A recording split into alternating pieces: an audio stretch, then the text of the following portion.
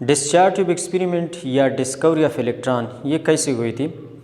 ये एक्सपेरिमेंट जो है सबसे पहले विलियम क्रुक्स कर चुके हैं 1869 ईस्वी से लेकर 1875 ईस्वी के दरमियान। फिर मुख्तलिफ साइंटिस्ट इसको दोहरा चुके हैं। ये एक्सपेरिमेंट जो है सिंपल एक ग्लास ट्यूब पर मुश्तमिल है।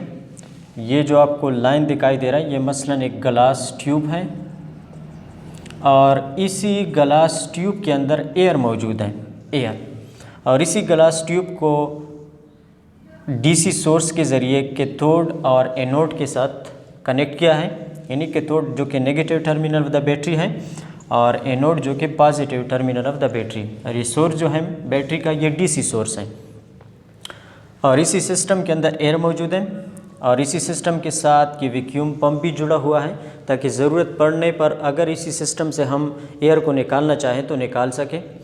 तो जब इसी सिस्टम के अंदर वोल्टेज हमारे पास 10 kV हो, यानी 10,000 वोल्ट हो और प्रेशर 0.01 mm ऑफ Hg हो या इससे थोड़ा ज़्यादा या कम भी हो सकता है, तो इस दौरान कुछ रेस पैदा होते हैं जो कि कैथोड रेस कहलाते हैं।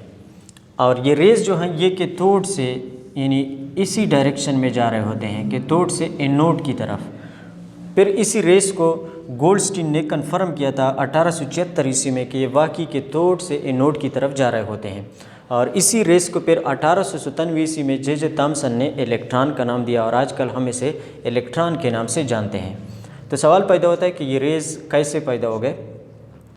इसी सिस्टम के अंदर जो एयर मौजूद है ये पहले से आयोनाइज्ड होती हैं, लेकिन स्मॉल मकदार में। क्यों? फोटो आयोनाइजेशन की वजह से, यानी लाइट रेडिएशन की वजह से ये एयर जो है ये आयोनाइज हो सकती है और रेडियो एक्टिविटी यानी रेडियो एक्टिव एलिमेंट से जो रेडिएशन निकलते हैं वो इसी एयर को आयोनाइज कर सकते हैं थोड़ा बहुत। तो इसी सिस्टम के अंदर हमारे पास नेगेटिवली चार्ज पार्टिकल होंगे और कैटाइन भी मौजूद होंगे। तो जब हम इसी सिस्टम के सोर्स को ऑन करते हैं तो ये नेगेटिव चार्ज जो है ये पॉजिटिव अपनी तरफ अट्रैक्ट करता है। तो इसी नेगेटिव के रास्ते में अगर एयर आ जाए, एयर मॉलिक्यूल आ जाए, तो वहाँ इसके इलेक्ट्रॉनों के साथ ये टकरा के इसको भी आयोनाइज कर सकते हैं। तो सिस्टम के अंदर पॉजिटिव चार्ज की तादाद बढ़ेगी। अब ये पॉजिटिव चार्ज जो है ये कैथोड अपनी तरफ अट्रैक्ट करता है क्योंकि ये नेगेटिव चार्ज रख रहा है। तो ये स्पीड के साथ इसके साथ टकराते हैं, स्पीड के साथ इसके साथ टकराए तो इसी कैथोड के अंदर जो इलेक्ट्रॉन है वो इसे निकाल देते हैं और कैथोड पर बजाते हो चूँकि नेगेटिव चार्ज है तो वो इसको रिपेल करके आगे की तरफ धकेल देते हैं।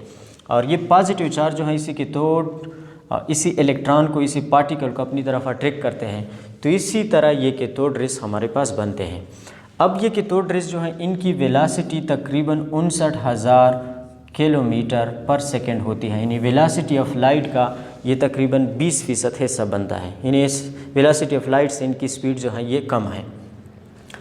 अब ये कैथोड रेस एनोड के साथ भी टकरा सकते हैं, इनकी स्पीड बहुत ज़्यादा है और ये इसी सिस्टम में फ्लाई हो कि ये जो ग्लास के वाल्स हैं इसके साथ भी टकरा सकते हैं। तो जब ये ग्लास वाल के साथ टकरा जाएं तो ग्लास वाल के अंदर जो इलेक्ट्रॉन्स हैं, पार्टिकल्स हैं, उसे एक्साइट कर देते हैं, अपर शेल में इलेक्ट्रॉनों को ले जाते हैं। तो जब वो डी एक्साइटेशन करते हैं तो इस दौरान वो लाइट खारिज करते हैं, तो जो कि आमतौर पर हमारे पास येलो ग्रीन कलर होता है। और ये फिनोमेना जो है ये कैथोड लुमिनेसिन कहलाता है। यानी कैथोड लुमिनेसिन क्या है? कैथोड रेस जब ग्लास वाल के साथ टकराते हैं तो ग्लास वाल के मॉलिक्यूल्स को आयोनाइज करते हैं, एक्साइट कर देते हैं। तो जब वो डी एक्साइटेशन करते हैं तो इस दौरान वो एनर्जी खारिज करते हैं जो कि in the form of light होता है। एक चमक हमारे पास पैदा होती है जो कि कैथोड लुमिनेसिन कहलाती है। ये आमतौर पर यह हमारे पास कलर देता है जो कि येलो ग्रीन होता है। तो ये थी डिस्चार्ज ट्यूब एक्सपेरिमेंट। इसी तरह ये इलेक्ट्रॉन डिस्कवर हुआ था। अगले लेक्चर तक मुझे इजाज़त दीजिए। अल्लाह हाफ़िज़।